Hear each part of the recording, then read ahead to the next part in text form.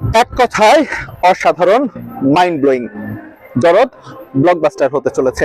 শাকিব খানের অভিনয় আউটস্ট্যান্ডিং। যারা এক সময় শাকিব খানকে নিয়ে নাক শিটকাতেন, অন্তত তাদের বলবো একবার হলেও হলে আসুন, দরদ দেখুন। আপনার ধারণা শতভাগ চেঞ্জ হয়ে যাবে। আপনারা দেখতে পাচ্ছেন আমার পেছনে একটি সিনেমা হল। সেই সিনেমা হল থেকে বেরিয়েই আমি আসলে রিভিউ কখন করব মুভি শেষ হওয়ার পর থেকেই অপেক্ষা করছিলাম, এবং সেই অপেক্ষা আসলে শেষ হতে চাচ্ছিল না। এবার আসলে মূল আলোচনায় ফিরি। 2 ঘন্টা 32 মিনিটের সিনেমা। এই সিনেমার জট যদি আপনি খুলতে চান, এক টানা আপনাকে বসে থাকতে হবে। এবং আমি যে হলে গিয়ে মুভিটি দেখলাম এবং আমার আশেপাশে যেসব দর্শকরা ছিলেন, টু বি অনেস্ট, আমি কাউকে চেয়ার থেকে উঠতে দেখিনি। ইন্টারভেল ছিল কয়েক সেকেন্ডের জন্য, সেই ইন্টারভেলেও কেউ চেয়ার থেকে উঠে যাননি। কারণ সিনেমার গল্প মেকিং এতটাই স্ট্রং যে দর্শকদের সুপার গ্লুর মতো চেয়ারের সঙ্গে আটকে থাকতে বাধ্য করেছে। তবে হ্যাঁ, কিছু নেগেটিভ দিকও রয়েছে, সেই ব্যাখ্যাটা দেব একেবারে ভিডিওর শেষে। ট্রেলার দেখে যেমনটা ধারণা করেছিলাম দরদ হয়তোবা সাইকো থ্রিলার হতে চলেছে, তবে এই সিনেমাটি দেখার পর মনে হয়েছে দরদ মোটেও সাইকো থ্রিলার নয়, বরং হচ্ছে রিভেঞ্জ থ্রিলার। একজন মানুষ তার স্ত্রীকে অসম্ভব রকমের ভালোবাসেন এবং সেই তার স্ত্রীর সঙ্গে খুব ভয়ানক রকমের খারাপ কিছু হয়ে যায়।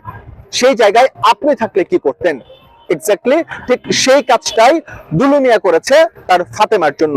দুলু মিয়া কিভাবে করেছে, কোন উপায়ে করেছে, সেটা জানার জন্য 2 ঘন্টা 32 মিনিটের সিনেমাটি আপনাদের হলে এসে দেখতে হবে। সিনেমার শুরুতে আমরা দেখতে পারি একজন মেডিকেল অফিসার খুন হন। তারপরে আমরা দেখতে পারি সোনাল চৌহানকে নিয়ে মেলায় ঘুরে বেড়াচ্ছেন শাকিব খান।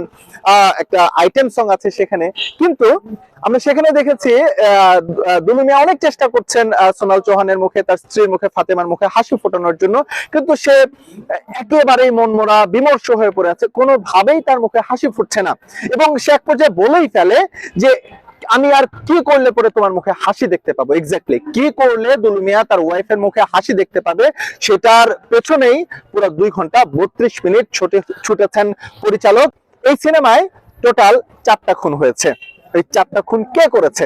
এক এক সময় মনে হবে যে সিনেমা এক এক দিকে যাচ্ছে, তবে এটাই গল্পের গাঁথনি।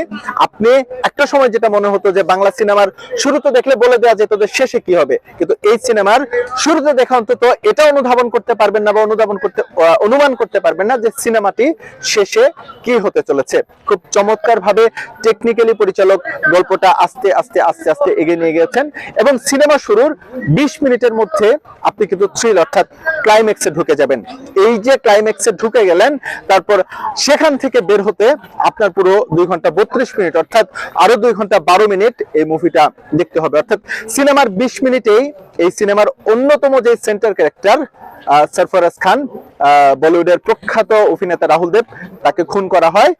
এই রাহুল দেব হঠাৎ করে কেন খুন হলেন, একজন সুপারস্টার কেন সিনেমার সেটে খুন হবেন, সেই ঘটনা আস্তে আস্তে আস্তে আস্তে আস্তে আস্তে জট খুলতে থাকে।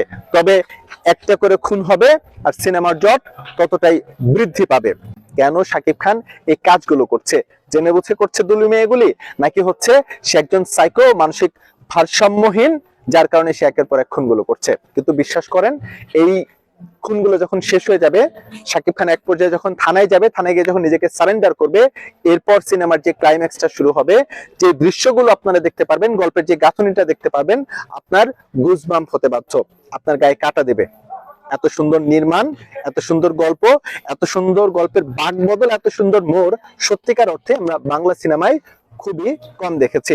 তখন একটা একটা করে জট খুলবে এবং আপনার কাছে মনে হবে সত্যি অনন্য মামুন দুর্দান্ত একটি মুভি বানিয়েছে। ওই যে শুরুতে বলেছিলাম ব্লকবাস্টার, এক্স্যাক্টলি তাই। দুলু মিয়া, দরদ, অনন্য মামুনের দরদ, শাকিব খানের দরদ ব্লকবাস্টার হতে চলেছে, লিখে রাখেন। প্রিয়তমা দিয়ে শুরু, এরপর হচ্ছে রাজকুমার, সবশেষ তুফান, এবং এই তালিকায় যুক্ত হচ্ছে দরদ। এবং দরদ আগের যে 3টি সিনেমা, সেই 3টি সিনেমার রেকর্ড ভাঙতে চলেছে। সিনেমা হিট হতে, সিনেমা ব্লকবাস্টার হতে যে কোনো উৎসব লাগে না, কোনো ঈদ লাগে না, সেটার প্রমাণ হচ্ছে দরদ। গল্প ভালো হলে, নির্মাণ ভালো হলে সিনেমা এমনিতেই ব্লকবাস্টার হয়। তবে একটি প্রশ্ন থেকে যাবে, এখানে পায়েল সরকার যে হচ্ছে একজন পুলিশ অফিসারের চরিত্রে অভিনয় করেছেন, কেন তাকে প্রেগনেন্ট দেখানো হয়েছে, এই বিষয়টা হচ্ছে এখন পর্যন্ত ক্লিয়ার না। এবং একই সঙ্গে পুলিশের যে ইনভেস্টিগেশন গুলো দেখানো হয়েছে, সেই ইনভেস্টিগেশন গুলো অনেক লেংদি করা হয়েছে। মনে হয়েছে এই জায়গায় সিনেমাটা টেনে একটু বড় করা হয়েছে এবং এই জায়গায় সিনেমাটা কিছুটা পড়ে গেছে।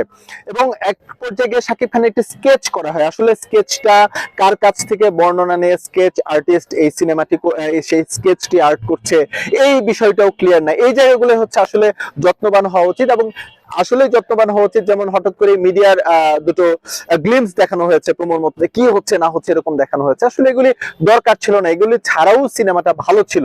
যাই হোক, ভুল ত্রুটি থাকবেই, কিছু কিছু জায়গায় আসলে উন্নতির জায়গা আছে, সেই জায়গাগুলো হয়তো অনন্য মামুন ভবিষ্যতে চেষ্টা করবেন আরো উন্নতি আনার জন্য। তবে এটা ঠিক, দরদ কিন্তু আসলে দরদই তৈরি করবে হচ্ছে ভক্তদের হৃদয়ে, এবং এই দরদ সত্যিকার অর্থেই ব্লকবাস্টার হবে। এবং আবারও বলে নিচ্ছি, আমার এই রিভিউ একেবারে নির্ভেজাল, কোনো পেইড প্রমোশন না, একেবারে নির্ভেজাল। সুতরাং সাকিব ভক্তরা বা বাংলা সিনেমার ভক্তরা, আপনারা হলে আসুন, সিনেমা দেখুন, আশা করি দরদ আপনাদের হতাশ করবে না।